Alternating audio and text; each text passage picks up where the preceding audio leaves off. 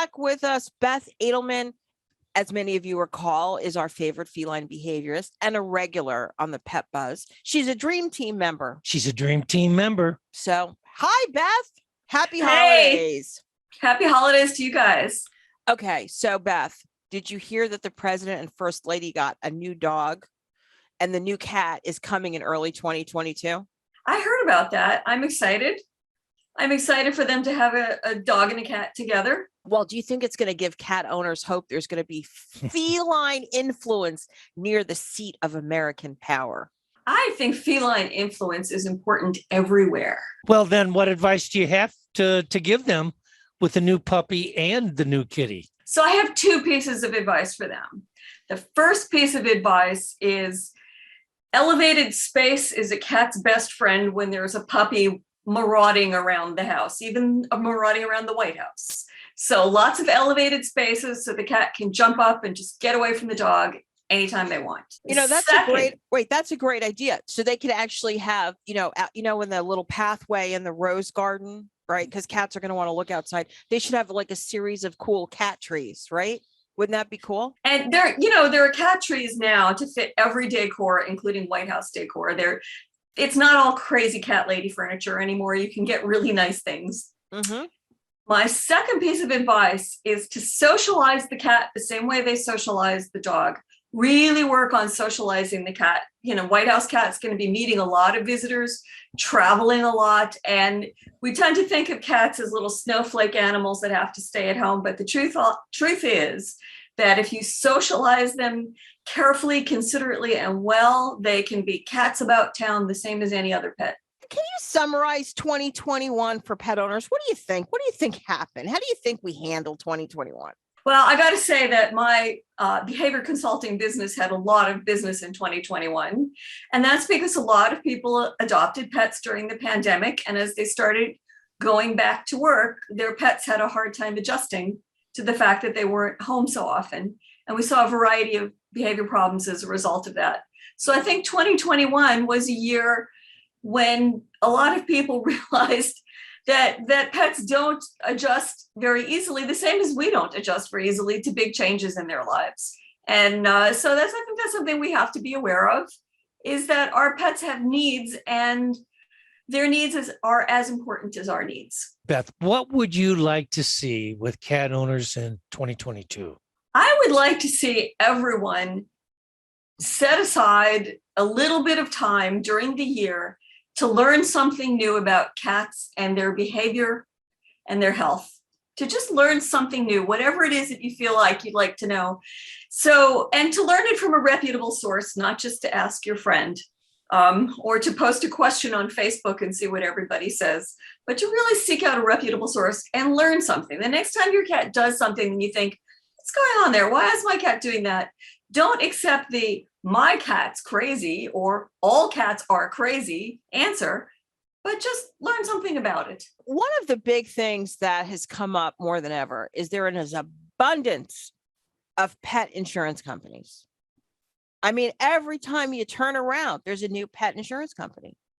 So, Beth, do you think more pet owners, especially cat owners, will opt in for pet insurance in 2022? I think it's a good idea, but with a caveat, as with all insurance and with your own health insurance too, you need to really research it and understand what's covered, because there are a lot of different options and some are great and some are not so great. So really understand what's covered and how you get reimbursed and how all of that works.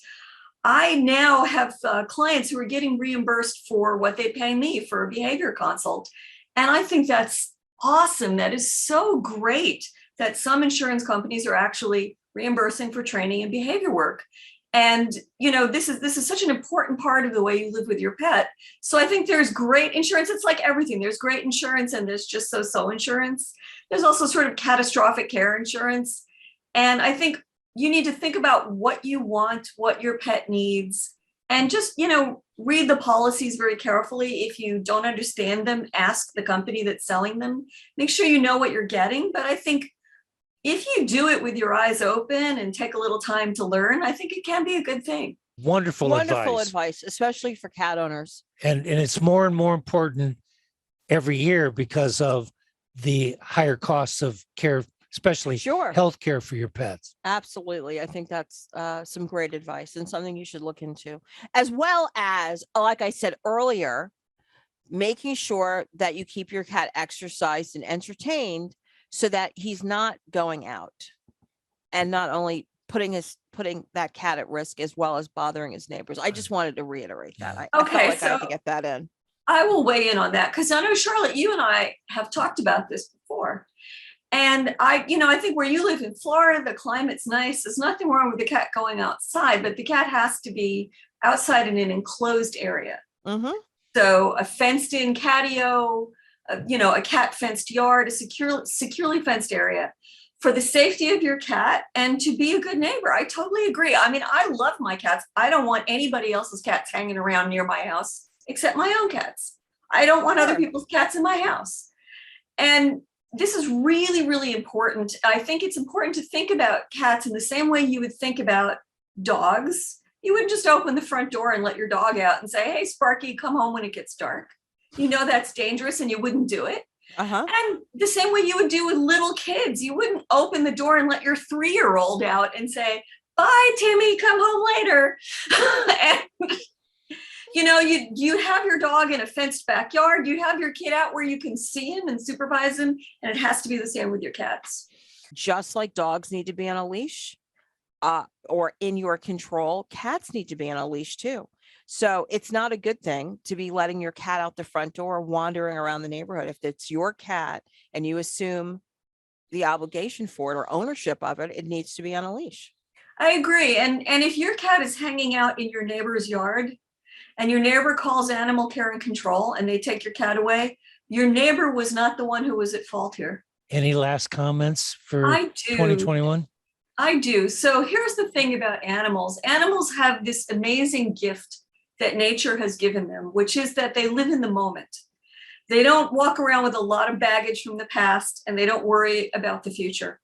They live in the moment and nature has given them that gift and it's something that we can learn from them. So when you stop and pet your animal, be in that moment with them. They're living in that moment. In that moment, there's nothing in their world but you.